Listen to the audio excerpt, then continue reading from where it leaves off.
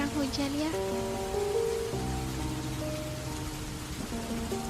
Pi, kata orang, hujan itu identik dengan kenangan ya, meskipun tidak setiap kenangan terjadi pada saat hujan. Lucu ya, Bi?